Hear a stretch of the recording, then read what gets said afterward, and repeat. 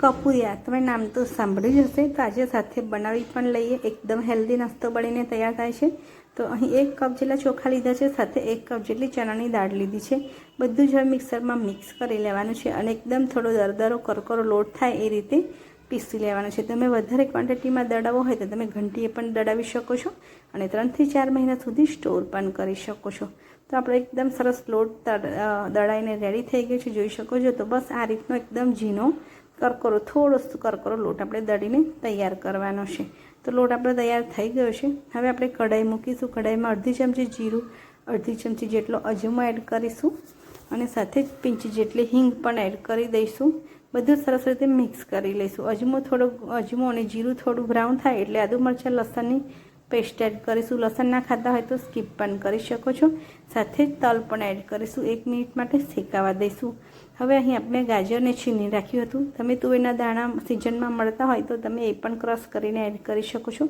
વટાણા પણ ક્રશ કરીને એડ કરી શકો છો। તો લગભગ 2 થી 5 મિનિટ સુધી ગાજર સોફ્ટ થાય ત્યાં સુધી આપણે એને ચડવી લઈશું। અડધી ચમચી જેટલી હળદર એડ કરવાની છે અને સાથે જ 2 ચમચી જેટલી સિંગદાણાનો ભૂકો એડ કર્યો છે અને 1.5 થી 2 કપ જેટલું પાણી એડ કરવાનું છે। તો 1 કપની સાથે 2 કપ પાણી કે 1.5 કપ પાણી એડ કરી શકો છો। તમે વધારે પણ એડ કરી શકો છો। સાથે જ ખાટું દહીં 3 થી 4 ચમચી એડ કરીશું અને 1 ચમચી જેટલા ધાણા એડ કરીશું। બધું સરસ મિક્સ કરીશું અને એક ઉભરો આવે ત્યાં સુધી આપણે એને થવા દઈશું। સ્વાદ અનુસાર મીઠું એડ કરીશું। ઉભરો આવે ત્યાં સુધી તમે મારી ચેનલને જઈને સબસ્ક્રાઈબ પણ કરી શકો છો। રેસીપી સારી લાગી હોય તો લાઇક, શેર અને સબસ્ક્રાઈબ પણ કરી શકો છો, કમેન્ટ પણ કરી શકો છો। પાણી ઉકળે એટલે આપણે 1 કપ લોટ એડ કરી દેવાનો છે। લોટ એડ કર્યા પછી કન્ટિન્યુઅસલી હલાવવાનું છે અને એકદમ સરસ કઢાઈને છોડી દઈને ત્યાં સુધી આપણે એને મિક્સ કરતા જવાનું છે। તો બસ આ રીતે સરસ બધું જ મિક્સ થઈ જાય ત્યાં સુધી આપણે એને મિક્સ કરવાનું છે। જોઈ શકો છો આ રીતે બધું જ સરસ રીતે મિક્સ થઈ જવું જોઈએ। હવે ગેસ બંધ કરી દઈશું।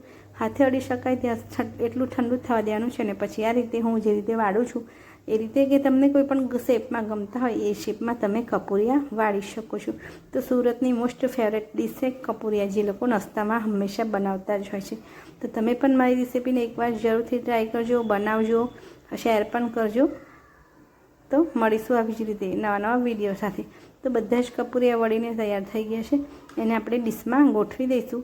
હવે ઢક્કણ ઢાંકીને 10 થી 15 મિનિટ સુધી આપણે એને બફાવા દઈશું। તો બહુ જ સરસ કપૂરિયા આપણા તૈયાર થઈ ગયા છે। તો ઢાંકી દીધું છે ને હવે થઈ પણ ગયા છે। તો સર્વ કરીશું। તો એક પ્લેટમાં મેં કપૂરિયા મૂક્યા છે અને કપૂરિયાની ઉપર સિંગ તેલ એડ કર્યું છે। તમે ઘીનો ઉપયોગ પણ કરી શકો છો અને કપૂરિયા તમને જે પણ શેપમાં ગમતા હોય એ શેપ પર તમે વાળી શકો છો।